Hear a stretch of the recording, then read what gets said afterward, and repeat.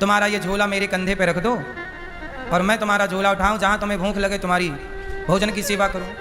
हाँ भैया, एक सेवक की ज़रूरत थी, तुम बढ़िया चेला बन जाओ, सेवा करना, ठीक है।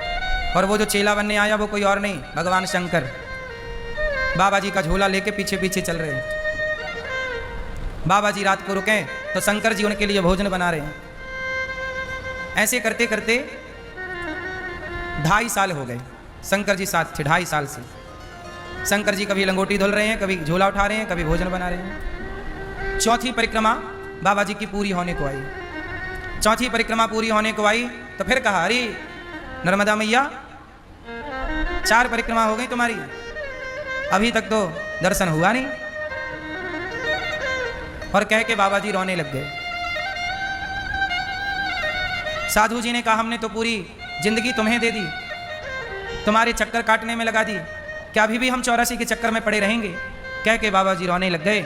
और जब रात्रि हुई तो रात्रि में बाबा जी जब सोए तो नर्मदा मैया सपने में आई। बोली, बाबा तू रोता क्यों है? तूने मेरी परिक्रमा लगाई है, तेरी परिक्रमा व्यर्थ थोड़ी जाएगी। ये जो तेरा हलवाई है, पाँव पकड़ लेना कल, वही भगवान है, तेरी सेवा में रहते हैं सालों से।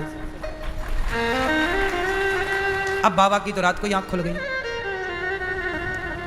और जब आँख खुली तो सपना याद कि नर्मदा मैया आके बोली कि ये हलवाई साक्षात शंकर हैं। अब उठा, साधु जी उठे और ढूंढे हलवाई कहाँ सो रहा है। यहाँ वहाँ देखा तो जहाँ साधु पड़े थे, साधु जी के पाँव के पास वो हलवाई कहाँ सो रहा था?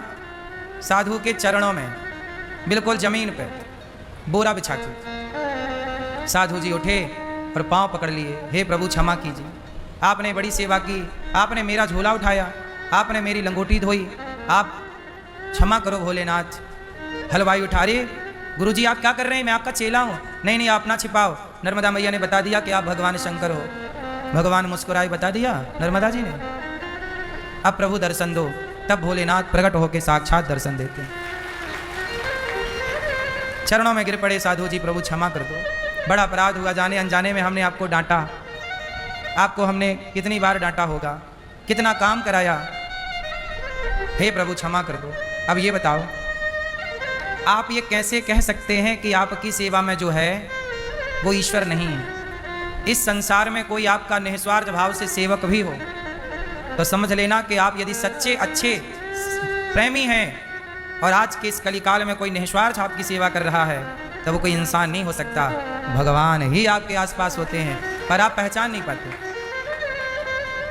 ना जाने किस रूप में नारायण मिल जाए।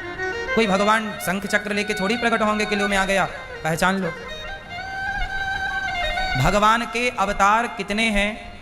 आप पृथ्वी के धूल कण गिने जा सकते हैं, पृथ्वी के धूल कण गिने जा सकते हैं, पर भगवान के अवतार गिने नहीं जा सकते।